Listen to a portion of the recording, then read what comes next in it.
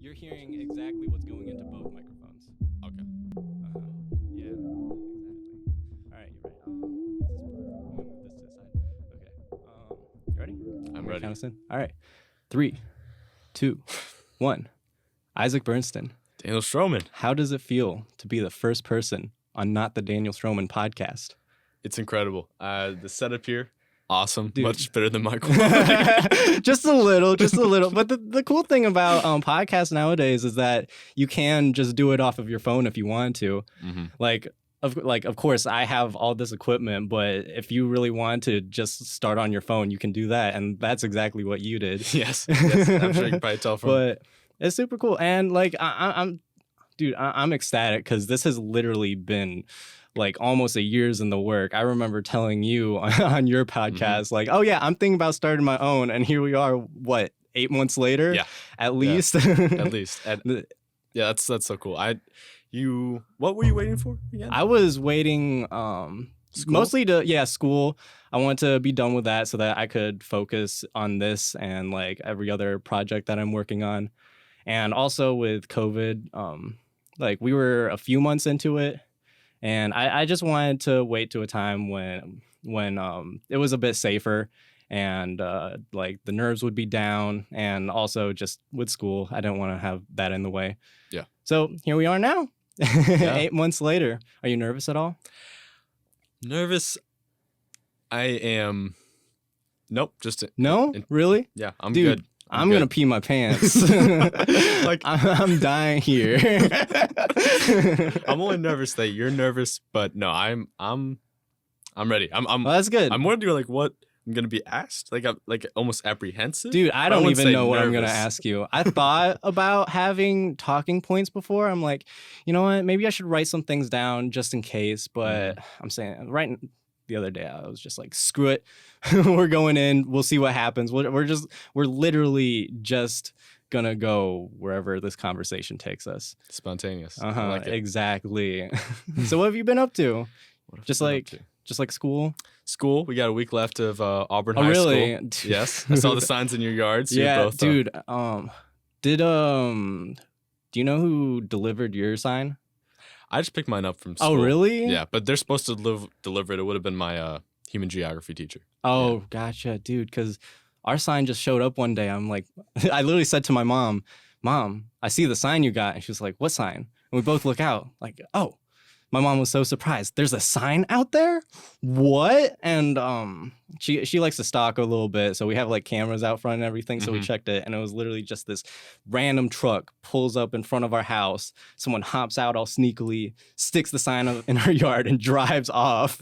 Yeah. No, I think the idea is that some teachers know who the kids are, and then they'll like do a picture thing or they'll knock on the door. But for efficiency's sake, I have no doubt that they're just like planning him and running. Yeah, just going. Yeah, dude.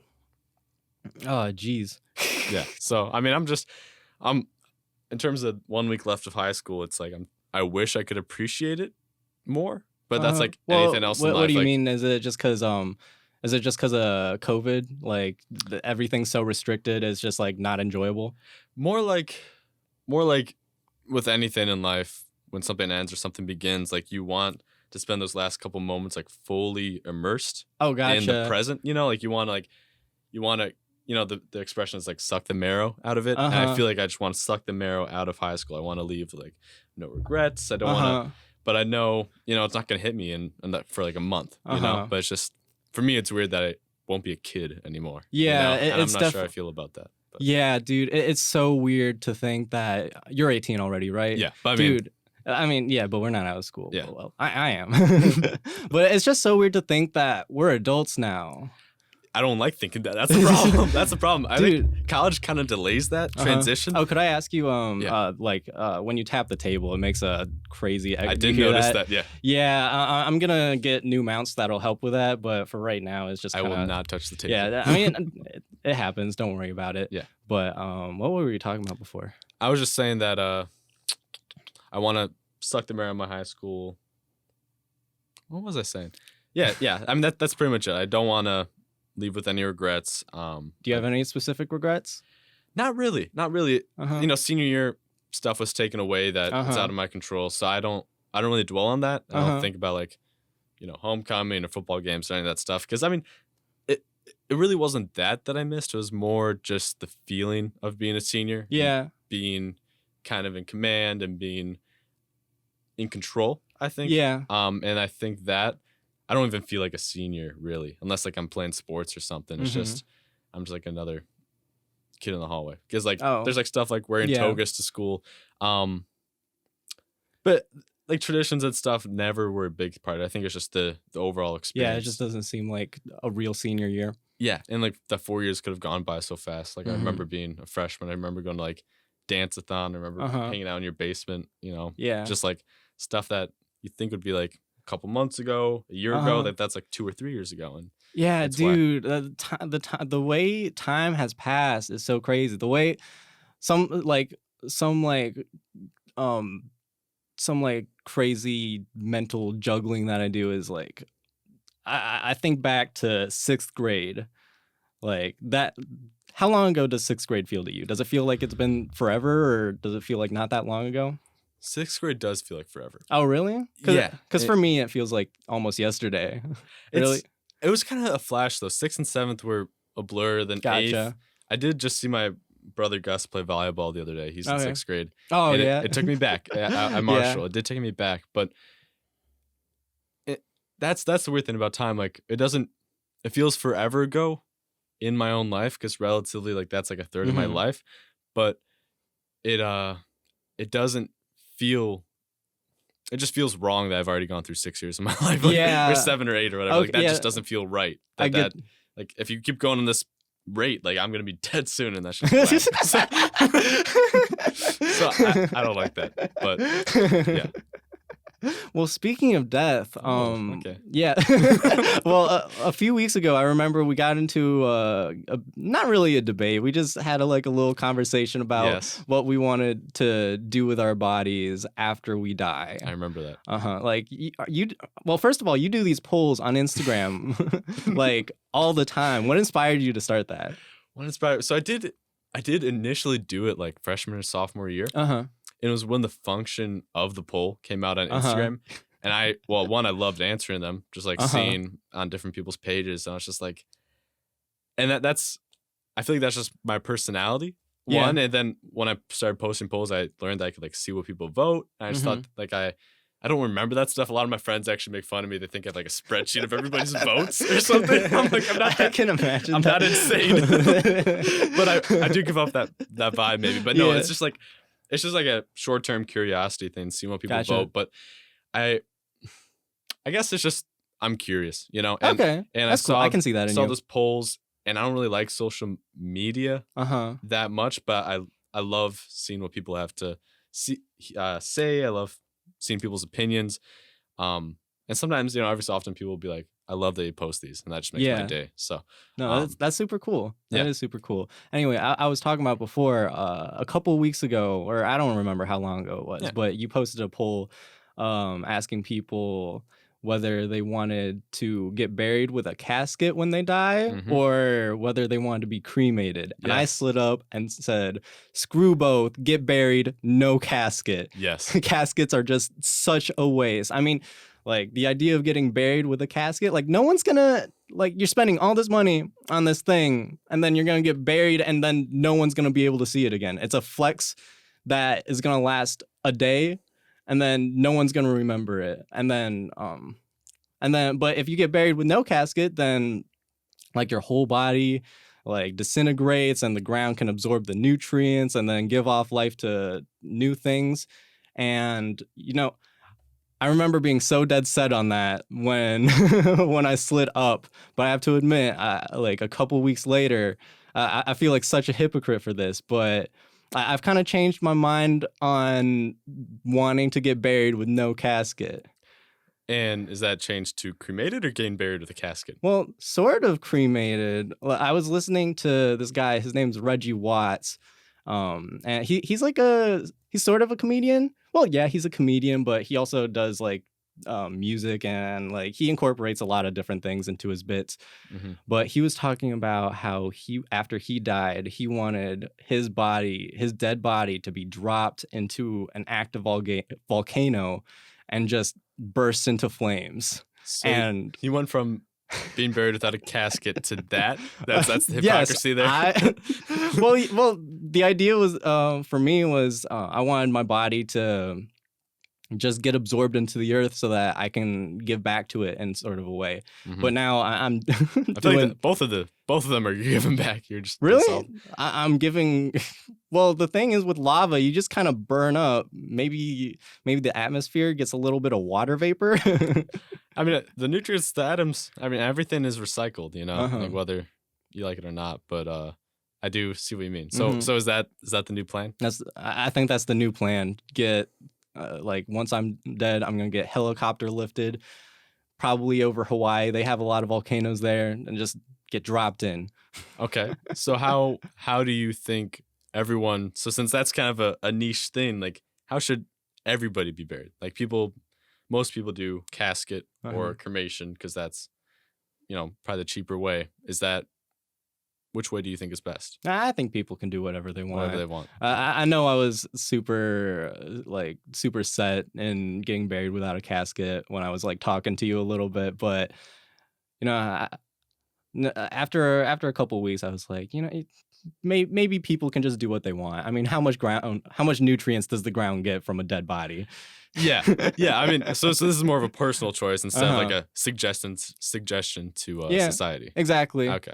Well, how would you want to go? Well, not go, but like, what do you want your body? What would you want to happen to your body? Good question. I could say my answer now and I'll change it in a couple of days or a couple months. I don't know if I like the casket idea. I do work at a cemetery, but it just takes up. Wait, you work at a cemetery? Yeah. I had no idea. We'll talk about that in a moment. Yeah. Well, it's just like mowing and weed whacking and stuff. Okay. But no, I'm not like touching people or anything. But it's but it makes you think like how much land is taken up by bodies and casket. Like what's the big deal other than like if you want people to see your bones in the future. I don't know. That's a little weird. I don't really get it. My grandpa went cremation, and I think the only thing that would guide my decision is how I can best impact the people I leave behind. Like who? Okay, that's what would they want? You Yeah. know? Will they want to visit me in my grave? If yes, then I'll bury myself with no casket probably. So you would just leave it up to like the people who cared about you? Yeah, or I'd even I'd do that or cremation. Probably. Okay. Just like so that they have like my ashes or they have someplace to visit me. And I mean, if I want to go Europe, maybe I'd like find a tree that means a lot to me or like something like that and bury myself beneath the tree. Yeah. And then I could just give back to it and then the tree would be a representation of me. I've thought about stuff like that. But okay. I want them to find comfort either way. How do you feel about, because there's, I don't know where exactly, but there's places where after someone dies, they leave the dead body up in the house for like a week before they bury it. Have you heard of that? I've heard of cultures that do that, yeah. Would you? All right. I don't mess with that. Yeah. You don't mess with that? I do not mess with that. Let's say one of your family members goes out. Are you leaving their body up? No, that sounds like a biological hazard and a traumatic experience overall. So I'm out of there. Yeah. Well, the thing is, yeah. I mean, I get that for us. Like, I wouldn't want that either. But it's sort of intriguing to think that other cultures are into those sort of things, and it's like value leaving that body up. Yeah, I mean that doesn't have to apply to me at all. That's just for sure. That's just my personal. How I was raised. I don't know if I could do that. I saw my grandpa when they inject him with all that fluid and he's like cold and everything. Like I didn't want to see that. He's not himself. So I don't want to see that. Dang. Yeah. Oh shoot, what was that? Oh yeah, it's just it's just interesting how different cultures look at death. I feel like in American culture we fear death quite a bit. For sure. Do you think that you fear death? Not actively. Not actively. I wonder how much I do subconsciously. I don't think it guides a lot of my actions, Mm-hmm. but another expression that I think is related to how people in America fear death all the time is that my teacher once told me, like, Americans are slaves of time, you know? It's Mm-hmm. like they feel like time is always creeping up on them. It's like taking a hold of them if you're not productive, if you don't use your time to its the fullest, like you're not living. Mm-hmm. And I feel like that might be from a fear of death, you know? Mm-hmm. I don't think I have an overt fear of death. No. Gotcha.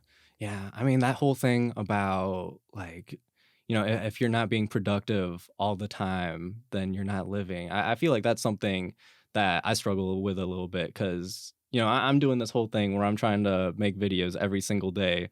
Oh wow. Well, not every single day, but We're working like, on it. yeah, well, 5 videos a week. That's like almost every day, plus a podcast. So like 6 videos. Yeah. 6 videos a week, and like the thing is, it's just so easy to waste time these days.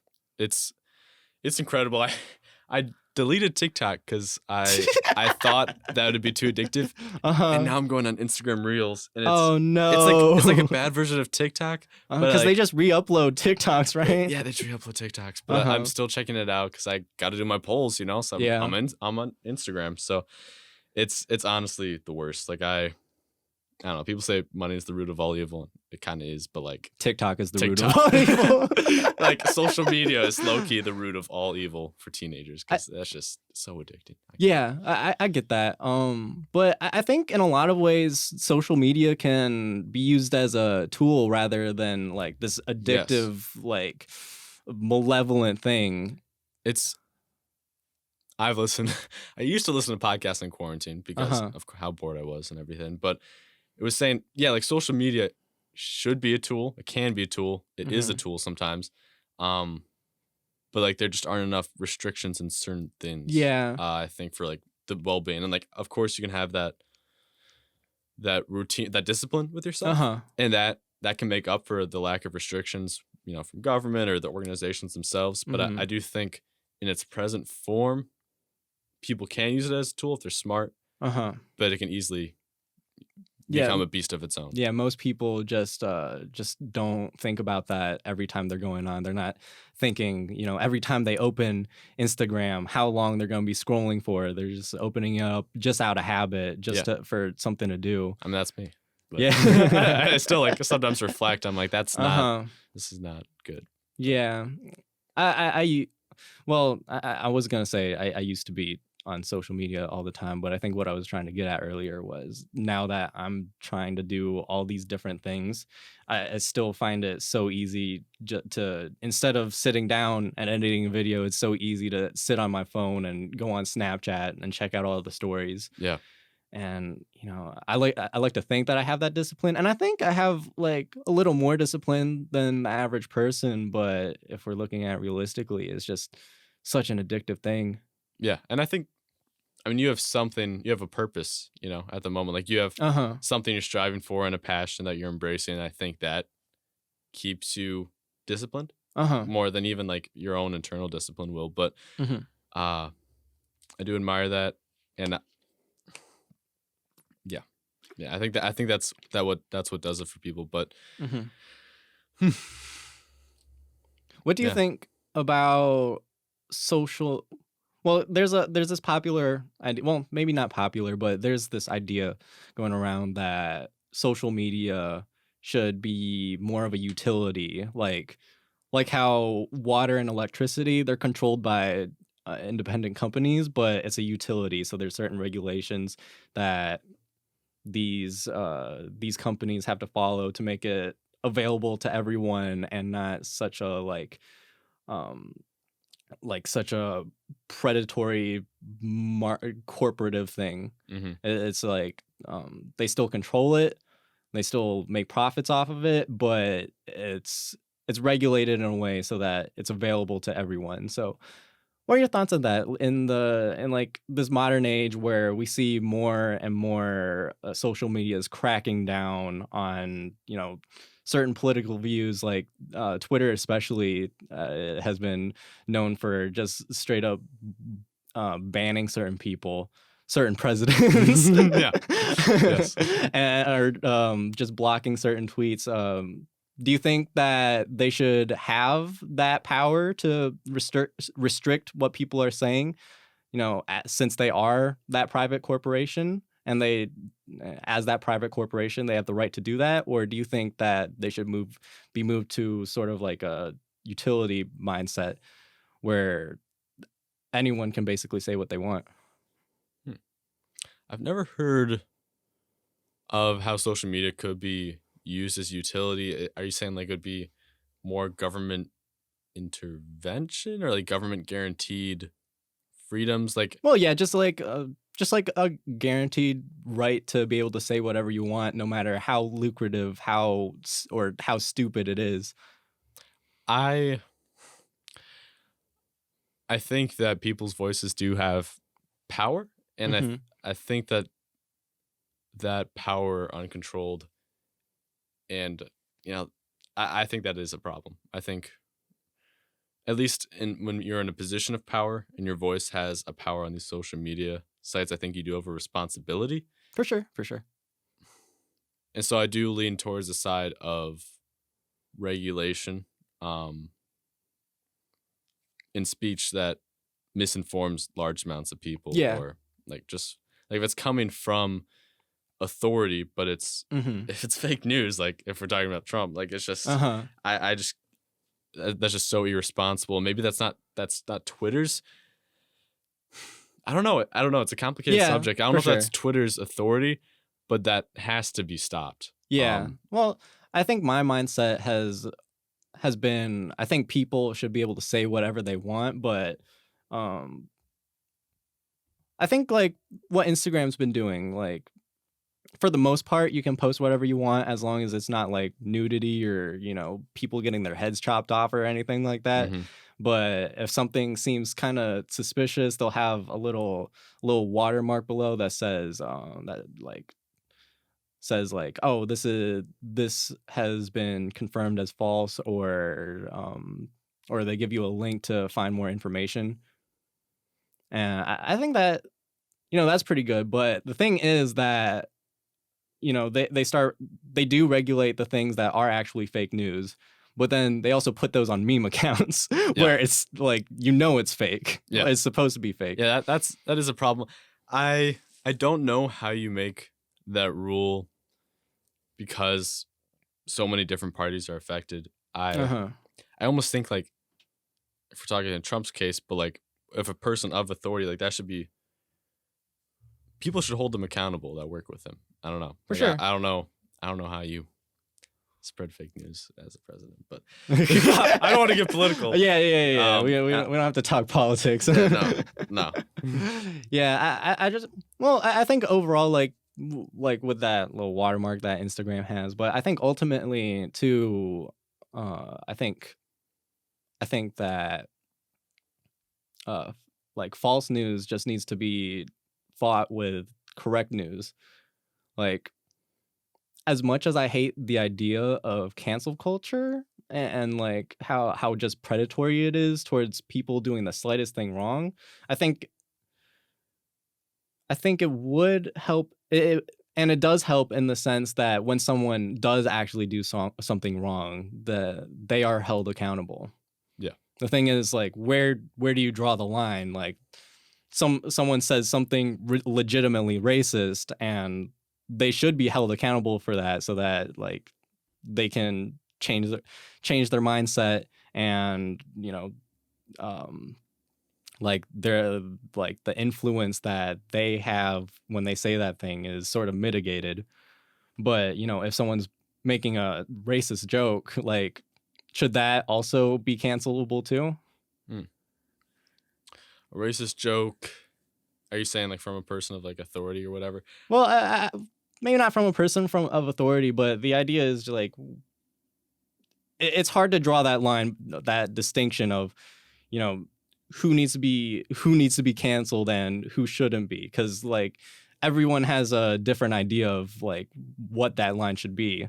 And especially on social media, when like the most vocal people oftentimes are the most unreasonable, Yes. it seems like, you know, that line keeps getting pushed more and more to the unreasonable side. I think that's true. I think that's the problem. There's definitely a quote about it, but yeah, the vocal people tend to be the most extreme. Uh-huh. I mean, a racist joke is racist at its root. So I mean, that's one wrong.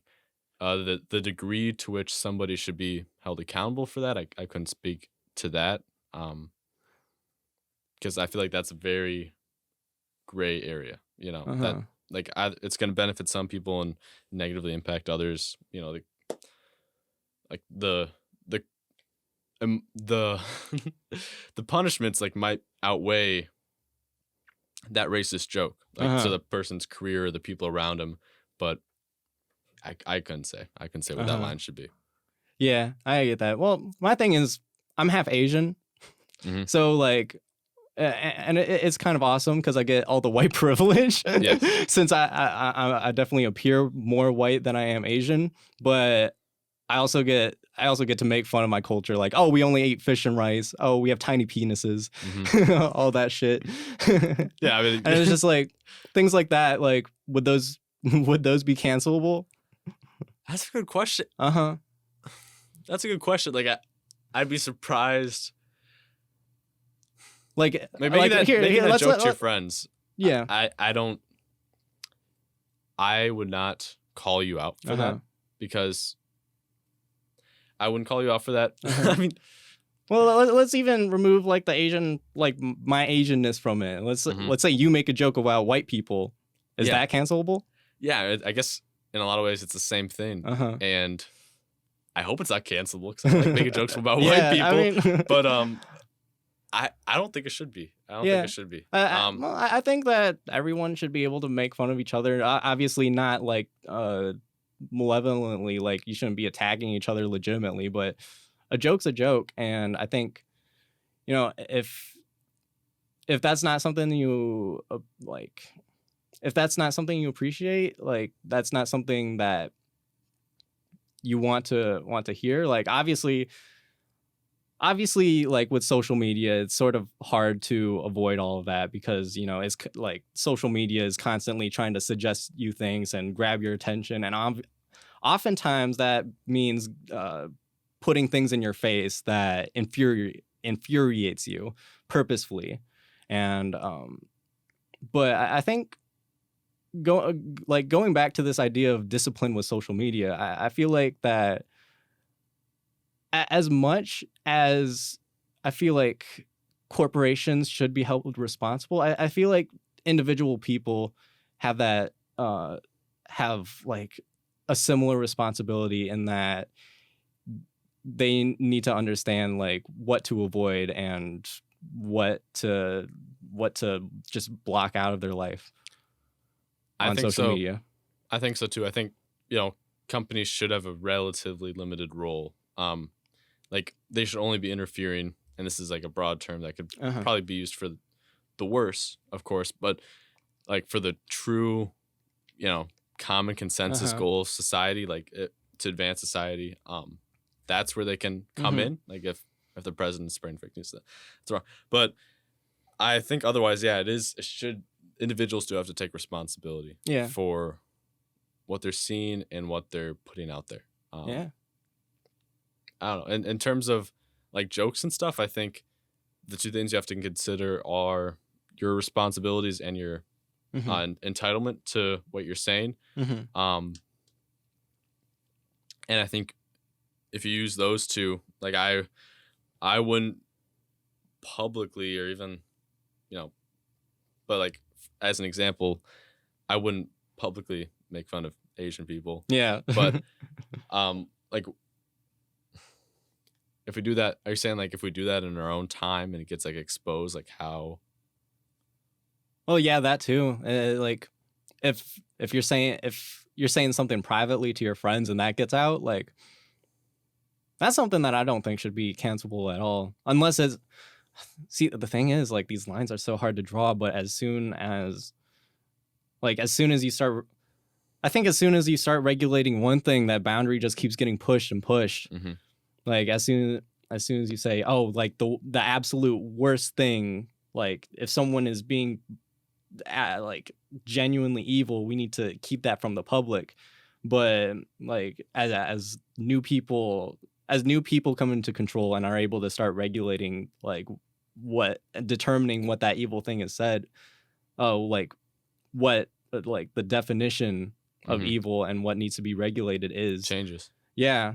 And like you might have someone who is reasonable at first, but as power changes, like that line can be pushed further and further into the unreasonable. Yeah. Yeah. Yeah. I think that's very true. That's why I don't like making any conclusive statements. Yeah. But for also sure. what you're just saying, I think it's messed up that people have that entitlement that they can just share anything that they want that like might expose somebody, because there are like a lot of ways to deal with situations instead of canceling them. Like I don't really mess with cancel culture. Oops, sorry about that. Yeah, no, you get to like a big degree. I feel like, I mean, it has its uses sometimes in spreading information, but just spreading hate, that's not what I'm about. And I feel like that's just not helping anybody. Yeah, I think ultimately, as long as like people are nice, I think that should be the goal. Just be nice, and if you're wrong, you admit it, and apologize, and not only that, but change your ways. Yep. Absolutely, and then like. Yeah, but as long as you follow that, you absolutely shouldn't be canceled. Like you should be given a chance. Like people, for sure, people should be given a chance. And I don't know. Sometimes I'm with the mindset like people don't change, but you have to give them the chance. I think, and the goal should ultimately be forgiveness. Like you'll not to just like ruin this person's life and tear them down, but ultimately to help them grow and be better as a person. Yeah, I mean that's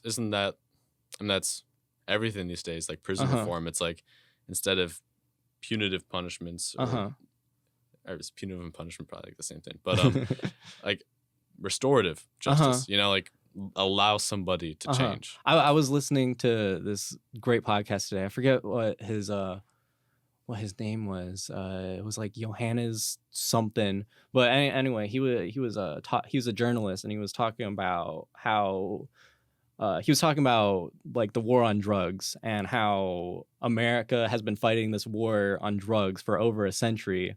Like we take alcohol. Would that be like the start of it? Or? Yeah, he talked about that, how with alcohol, that gave rise to Al Capone and criminal like transportation of alcohol.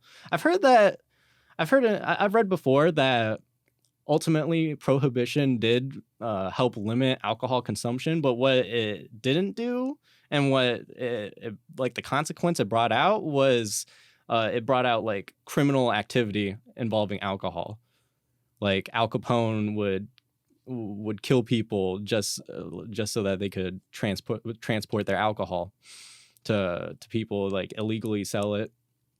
And he like as soon as alcohol was once again made legal, all of that stopped. There's no more criminal activity because it could be legally sold.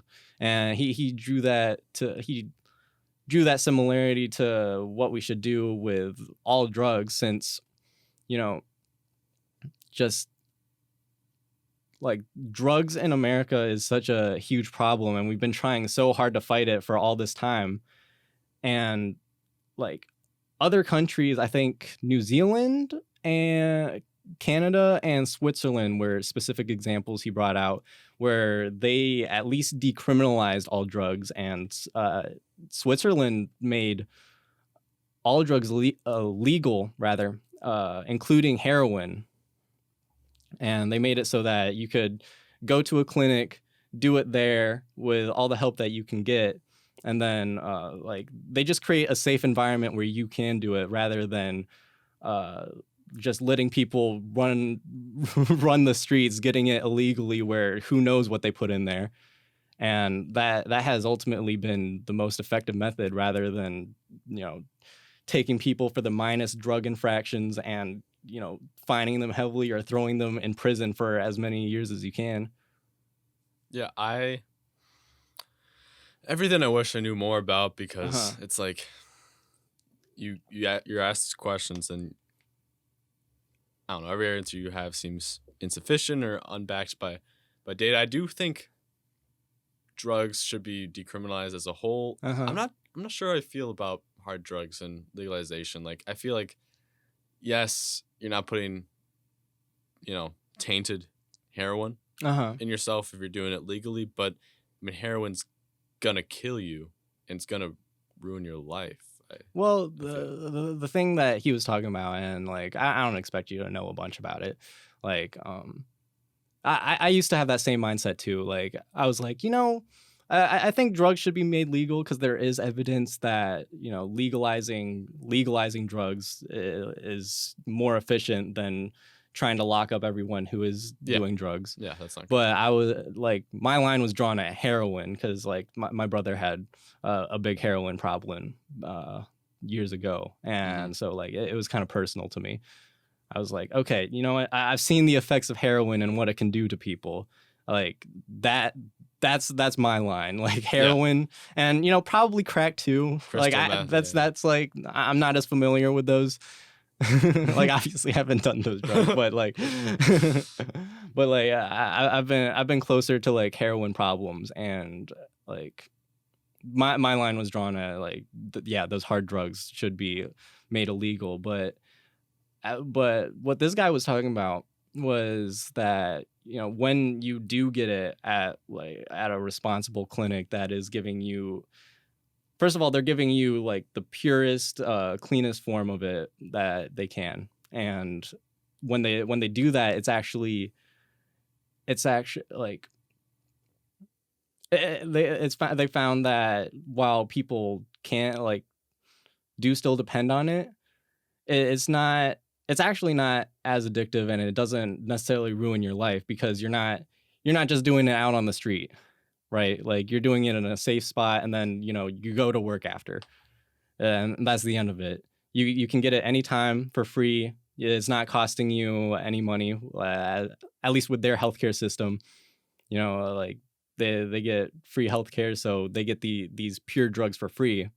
Really, and that's their healthcare funds like drugs for people? I think the way he put it was, if you don't have healthcare, then you get the drugs for free. But if you have an employer that provides healthcare, then the insurance rather, then they pay for the drugs. And the point is that no matter what, it's not really coming out of your pocket. So it's not destroying you financially, and you're still able to function and go to work and do what you need to do in your everyday life. It's just you have this another thing where you go to the clinic and get high off of heroin every day too. Noted. Yeah.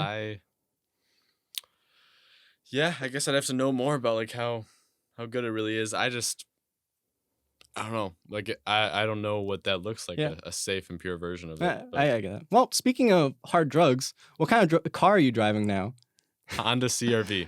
Honda CR-V? Okay. Yeah. Like it was gray, right? I saw you like pulling to the cul-de-sac. That was the my family's minivan. My brother has a car right now. Gotcha. But, I got a new 2004 Honda CR-V. Hey, that's what I like to hear. Yes, what happened? So what happened to the white van? The white Toyota Highlander. It something with its transmission. I don't know. My brother was coming home from a date, and so I mean, he already dropped the shorty off and all.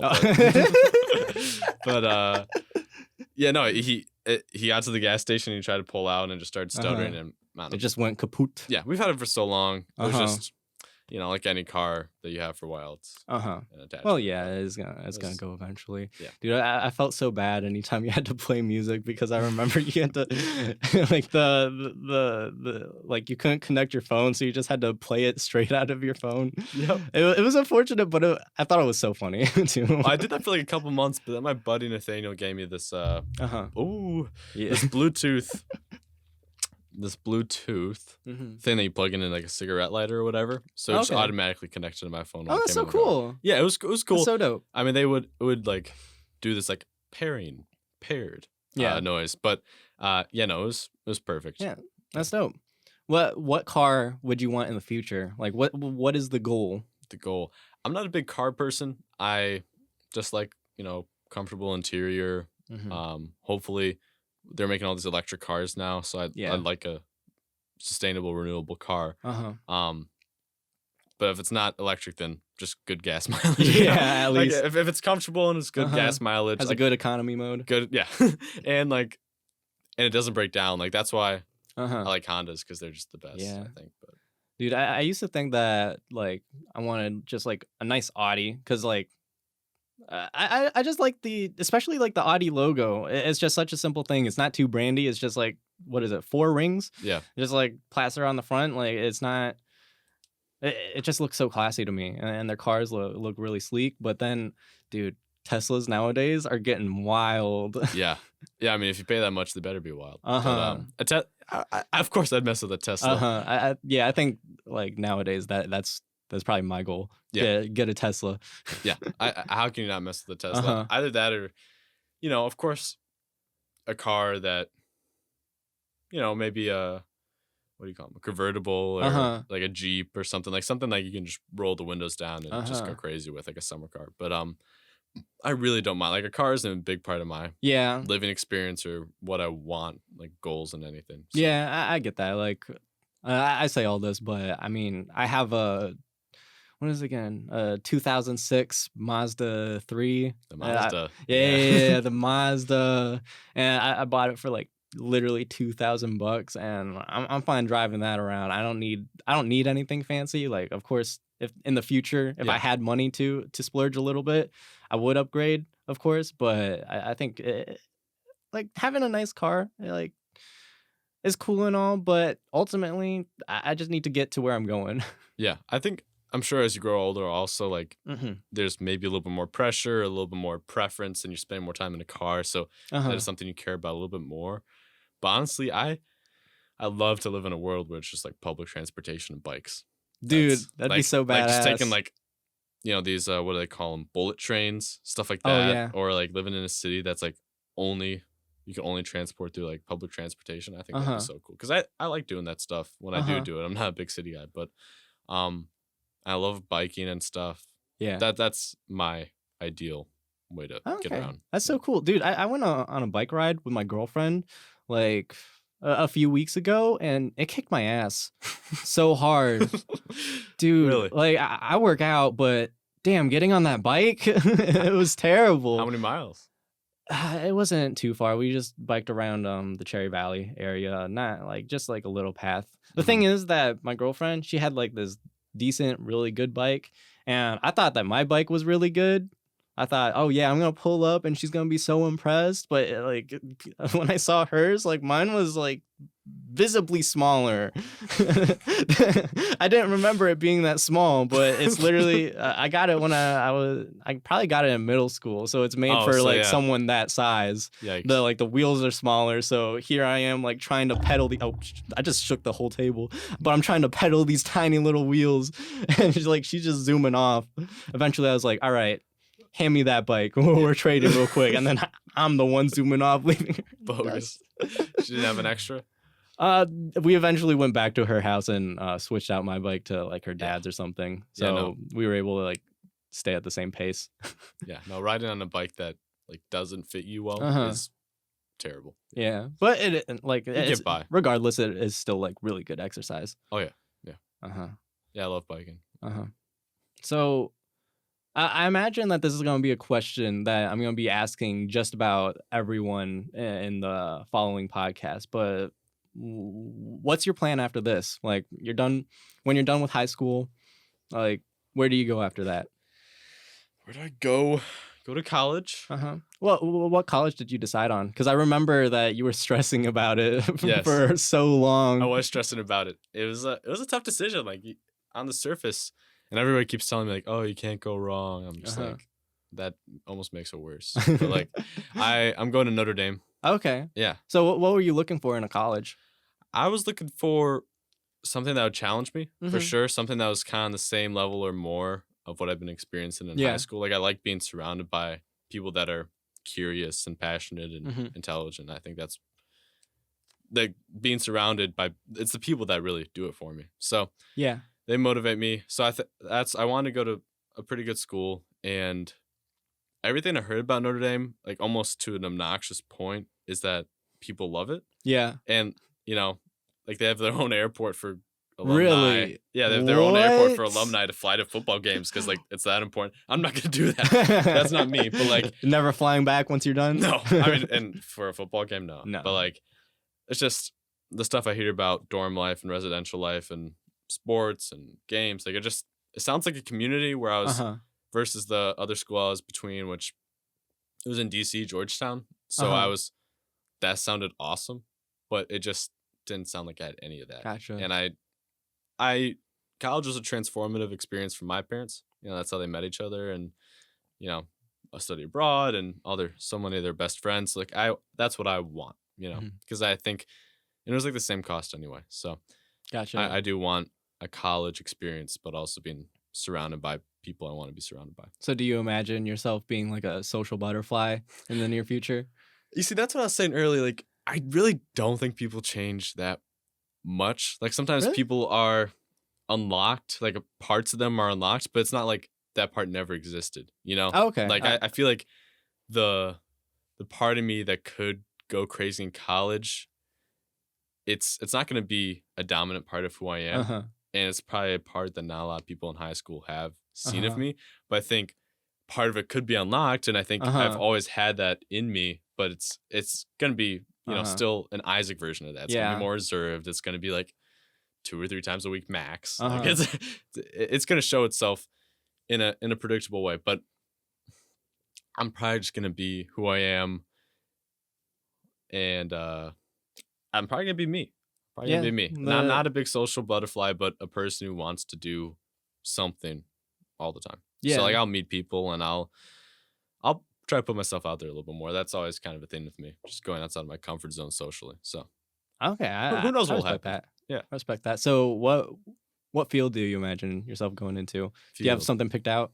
No, do you have a major? The major I want to do Notre Dame doesn't have, so I'll probably do a combination of majors and minors to get that education that I was looking for. Okay. But I was at Notre Dame. I'll probably major either in this program of liberal studies, which is like analyze great works of Western literature, but like it's all about critical thinking, speaking, reading, all that stuff. Okay, dude, that seems so you. That seems so you. I can definitely see you in that. Yeah, that's what I was thinking. I'm in this English class that's kind of similar to that, and I'm pumped about it, but I'm also thinking of maybe double majoring with economics because I'm kind of a math guy, or doing some minor in public service because the major I want to do is public policy analysis, which is all about making plans of action, whether like for government or for a company, but looking at it from multiple points of view. Like I just want to do something that I never get bored of, that uses a lot of different fields. That's what I want to do. And I want to be with people, like interact with people. I'm not a science guy. I don't want to like do engineering or doctor stuff, or I don't really want to be a lawyer either. Like I don't want to do any of that stuff that requires either a lot of education or a lot of science. I just want to kind of help people and do it in a way that I'm always engaged in what I'm doing, and I love my job. Yeah, so. Dude, that seems so you. I like it. I always imagined you like, and that kind of ties into like you doing these polls a little bit. I feel like you like seeing like what people think and like analyzing the hell out of it. Well, I mean, but like you just like to get a feel for what people are like and like understand that better. Yeah. So I totally imagined you. I mean, I totally imagined you as like an economist or maybe even like a political analyst or something like that. But so hearing what you think that you want to go into, like that seems like something that you like. My interpretation of you, that seems like something that interpretation would do. Yeah. So that was a weird way to put it, but the point is, it seems like something you want. Understood. Yeah, it is. I think after you almost like go brain dead with looking at all these different majors and minors and stuff. But yeah, I think when I found that combination stuff, it matched what I wanted. Yeah. But how about you? Dude, I don't know if you've seen like all the Snapchat stories I've been posting, but I'm totally committing to this Yes. YouTube and podcast thing. I have seen that. I have. Like I didn't even look at colleges. I had zero interest. So when you're talking all this like when you're talking about all this stuff about college, I literally don't know anything. Like what's a college? Yeah, but like if you're not interested, like yeah, I know. And you went to Rock Valley, like you already have a degree, so that's pretty sweet. But yeah, did you already have your graduation? Yeah, we had our graduation. It was May 14th. Yeah, I don't even have my degree yet. I hope they're sending it in the mail because when we did it, when we did the walkthrough ceremony, they just handed this little, not even like a plaque. It's like this leather, probably not even real leather. Like it's like this little folder that you open up and it has like a thank you card. Nice. Like it was a fancy thank you card, but it was literally just like a little plaque that says, "Oh, thanks for joining Rock Valley. We hope you do well in the future."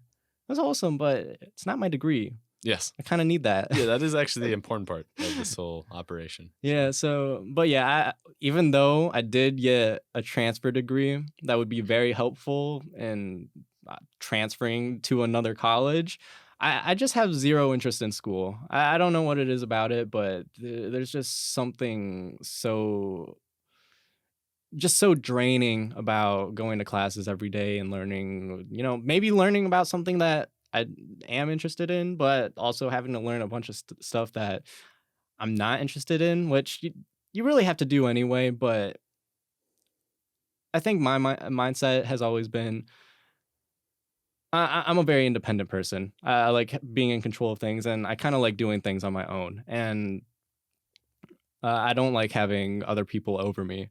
So it's just this whole YouTube thing just seemed, ever since I was little, it seemed like the perfect thing for me. Like I love making videos, I love making content, and it's just like it just seemed like the perfect route. And even though like my mom's Asian, so here comes the racist joke. My mom's Asian, and like even though she went to college for a little bit, she really didn't have like she wanted that opportunity for me that she didn't have as much as like to go to college, and she wanted that for both me and my brother, but me and my brother both just don't really jive with that. And it's a little frustrating because at first she was she was very pushy about it, like, "Oh, you're gonna go to college," and I'd be like, "I'm gonna go do YouTube instead." And like I get that would sound stupid, but it's ultimately what I want to do. And she was she was still like she would hint at it all the time, like, "Daniel, so when are we going to look at scholarships?" I'm like, "What's a scholarship? Why are we?" No, but I'm going to do, I'm just going to do this YouTube thing, try to grind out 5 videos a week. And now I'm going to start doing a podcast every week. And hopefully that goes somewhere. It might take a long time, but I think if it takes a year, if it takes 2 years, if it takes 5 years, well, whatever it takes, however long it takes, it'll be worth it in the end, because this is ultimately what I'm passionate about.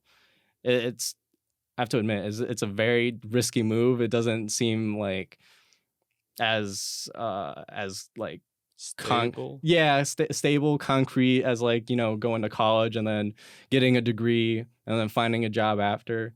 Like this is like, this could go anywhere. Yeah. But that's kind of what I like about it. And ultimately, the idea is like I'm in control of it, and I don't have to do this thing that I don't want to do. Mm-hmm. Is there, so, not, but like, if there was a plan B, what could you see yourself doing? Like, where you'd still be in control of your situation? Like, what kind of? There's no plan B. There's no plan B. No plan B. But like, what kind? I'm just even like trying to think out of curiosity. Like, what jobs exist that you can still be in control? Like a radio host or something. Maybe, but even that nowadays, that gets regulated because of advertisers and like like labels being behind that. And admittedly, YouTube has some of that too, because they have advertisers too that they want to appeal to, but not certainly not as much. But yeah, there literally is no plan B. This is it. So if it doesn't work out, I'm kind of screwed. But well, no. I mean, you're not. It's just temporary setback. yeah, but yeah, I mean, it's certainly scary going Yeah. into this, not knowing how long it'll take to work out because, dude, I'm kind of hating Dollar Tree. If you don't know me and you're listening to this, I work at Dollar Tree. Yeah. And Isaac works at a cemetery. Part time. Yeah. Yeah. I don't know. Yeah, I don't know how much longer I'll be doing that, but Yeah. yeah, not a big fan of Dollar Tree. Not a huge fan. Management has been a little better, but it's still not great. Like we had, I don't know if I told you this before, but we had, so at our Dollar Tree, there's the manager, and he usually has 2 assistant managers, and both of the assistant managers hated their job so much that they both quit on the same day. And my poor manager, he's like this older, I would guess 50s, like that old of a guy, and he had to for like a couple of weeks straight, he had to work all day every day since there was no other manager to run the place. Damn. Yeah, but in a lot of like the management there was just so, it was just so silly, really. Like there were so many scheduling issues. Like I have to admit, me personally, I've never really experienced any like very frustrating issues, and maybe that's just my mindset. Like I'm kind of just like, oh, okay, I come in, I do my job when you want me to, I leave, and I don't really have a problem with that. But it seems like everyone else around me has so many complaints, and you know, it is kind of, I wouldn't say toxic, but like the mood of the place does get to you a little bit. Yeah. And like I also just kind of want to change things up a little bit. I've been there for what, 5-6 months. I don't know how long exactly, but I want to do something other than moving boxes from one spot to another. Yeah, I'm sure there could be like something that fulfills you a little bit more. Like what job hunt in Rockford, Illinois? I mean, you'll have to like have like some kind of part-time job though, regardless, right? To like do what you got to do. But I definitely do want. I'll think for you. Okay, you'll find a new job for me. Yeah, I mean everybody's hiring, so like honestly, dude, if I everyone's short, it seems like. And I guess because unemployment pays more or whatever. That's what I've been hearing. So, but yeah, I'll let you know. I'll let you know if I see somewhere I'm like, this is at least better than Dollar Tree. I'll find something other than a cemetery for you. Well, it pays like $13 an hour, and I don't have to do it. It's not bad, and hopefully I just do it like 3 or 4 days a week. It's just like, I'm gonna sound like an old person, but just like it hurts my back. Like, all I do is weed whack. Like the mowing is the easy part. Yeah, but that's like a fraction of the job. Like all we do is weed whack around graves. Like 8 hours. It's just so bad, dude. But I was actually mowing earlier today. I don't know if you saw my grass when I pulled in, but that shit was thick. Yeah. Like it was really tall, really thick. Like, and my parents are big into bagging grass, and like reasonably so. But like, I would literally find myself going like 10 feet with the mower, and then I'd have to empty it out already because the whole thing's already clogged. Yeah. Yeah. I guess you got to mow more regularly then. But well, I do another gig for my mom's boss. Like she has me come in like every week or every other week to mow her lawn. And like she has a smaller lawn. She has a smaller lawn, so it's not that hard. And dude, she doesn't ask me to bag. She just says, "Go at it with the mower. I don't have to bag anything. It's beautiful. It's amazing." Dub, dude. Mowing lawns is probably my favorite. Probably my favorite chore. But mowing lawns when you have to bag the grass is my least favorite. Wow. It's awful having to stop, like, because you can mow for minutes or hours on end and just vibe. But when you have to stop and empty out the grass, it just breaks that consistency. Kills the vibe. It does. What would you say your favorite chore is? If you had to pick one that you would do for the rest of your life. Oh God. Chore. I don't know. I don't really like. No chores. No. Yeah, I wouldn't do chores. There's like work I do that I don't mind doing for the rest of my life. I mean, there's nothing I would do for the rest of my life. Okay. Yeah. But To be clear. no, any like none in particular that you enjoy doing? No. Like cleaning your room, No, I mean, raking the leaves. breaking the leaves. No, I mean, I guess I don't mind mowing. You know, it's peaceful to an extent, or like it depends on where you are and what you're doing. But Yeah. like a nice. I use like the seated mowers or whatever. Oh, okay. or So you the, can just like yeah. sit. So and- that's pretty chill. okay. That's pretty chill. I've only worked with push mowers. I've literally never sat in like a driving mower. Yeah, it's nice. It's like, so I mean, I guess I might do that like Forrest Gump style. You know, Just like mow mow lawns lawns all the time. But like, I guess that's the best I could do. chore-wise. Gotcha. Yeah. Gotcha. Well, Isaac, it has been. How long has it been? It's been an hour, Isaac. Has it really? We're at an hour 2 minutes. So Okay. you want to go ahead and wrap this up? Yeah. If I don't that's know all if you the- have to ask me. Yeah. I mean, is there anything you want to plug? Did you want to? I know you have your own podcast that you haven't done. You haven't done an dead. episode Yeah. No. in a while. I kind of did the podcast because I wanted to. One, I was listening to a lot. I was kind of inspired by that, but it was just COVID time, and I wanted to have more conversations with my friends. You know? But that's kind of why I'm doing this too. Like, I just want to, while like before everyone goes off, I just want to be able to connect with more people, through this, and then even after, and connect with my friends, and then connect with maybe some new people. So and the viewers too. Let's see it. oh, and yep, have and cool thoughts. For sure, and then also like try to diversify my content. Maybe get. If people are interested in the podcast, maybe they'll look into my other channel. Yes, sir. Okay, but did you wanna like plug your podcast? No. All right, guys. So Isaac has a podcast, and No. if you can find it, No. you can listen to it. It's really not worth it. I think the only way I like it anymore is that I can listen to it and like hear my friend's voice and be like, that was a funny episode. But apart from that, like it's like nobody actually watched it. I think I got like 20 views on one of them. Gotcha. So, Is there any like social media that you want people to find? No. All right, guys. Don't look for Isaac. He's here, and then he's off the grid after this. Well, thank you so much for being on. It was a pleasure having you as my first guest. Thank you. All right. Bye-bye, everybody. I was as nervous as I was. I felt like that went decent. I think so too.